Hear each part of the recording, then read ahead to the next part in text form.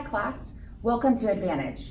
I'm Dr. April Strom, and in this particular video, what we're going to do is explore the difference quotient. Now, just a reminder, the difference quotient is the same thing as thinking about constant rate of change. And specifically, we sometimes call that the slope, and of course there is a lovely formula that goes with our usual writing of the slope. Things like y2 minus y1 over x2 minus x1. So I think you're probably familiar with these formulas and these ways of describing this thing called slope, but we also describe it as the difference quotient. Well, in calculus, what we would like to do is think about this in terms of function notation. So I'm going to rewrite our usual slope formula in terms of f of x's and things of that nature for function notation, and introduce one other letter.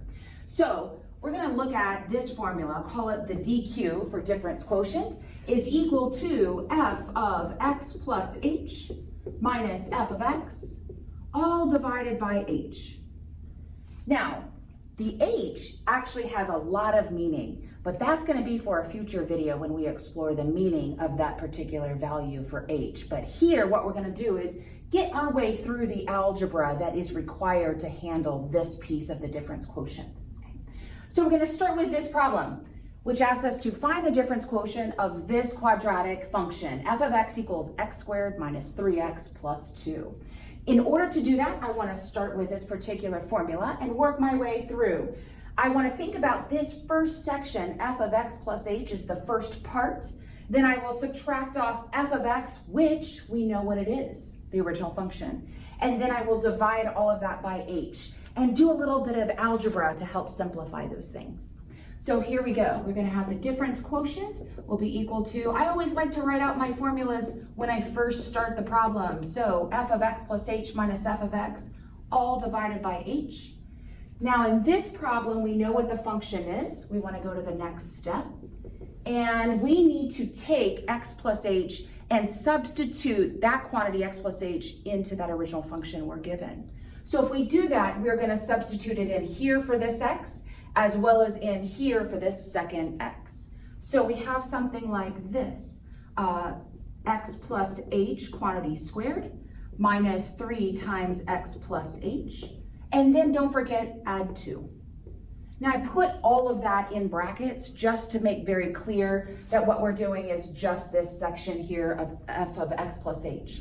And now, according to the formula, we still need to subtract off my f of x. Well, that's the original function given. So I'm going to subtract off all of this trinomial that's here provided for me. And in this case, I got to be very careful because you're subtracting that entire f of x function. Be sure to write that in parentheses also. So I'll open up parentheses, copy this down, x squared minus 3x plus 2. Okay. Then, just as the formula says, all of that gets divided by h. Okay, so don't forget that part.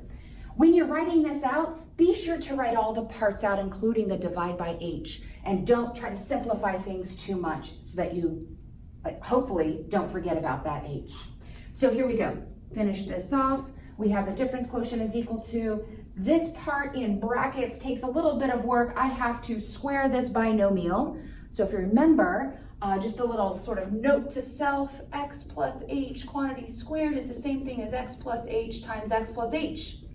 And if you write that out, you can distribute all of those terms like a FOIL, first outer inner last process, such that we get x squared plus x times h plus another x times h. Combine those, we have 2xh, and then finally the last term plus an h squared.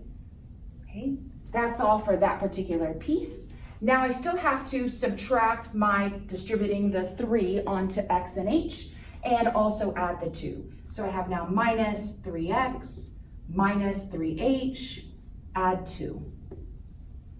Now all of that is just this first stuff in brackets. Okay, so I'm actually going to move this bracket here to the edge here so that we can actually see all of that stuff is part of that original set of brackets. And now I will distribute my negative into the next set of terms, minus x squared.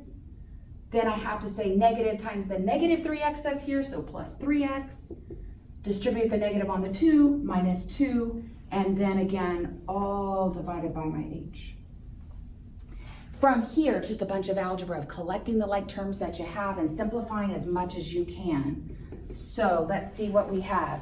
We have x squared here, and then we have an x squared over here that's being subtracted.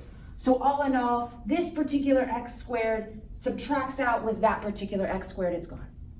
And now I have two xh's here, and I look down the line, I don't see any other terms that combine with the xh, so I get to write it down, 2xh.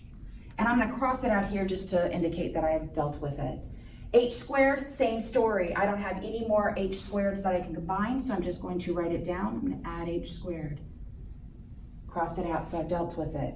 I have here a negative 3x, and later I have a positive 3x that's being added to it. Those subtract out, those two terms are gone.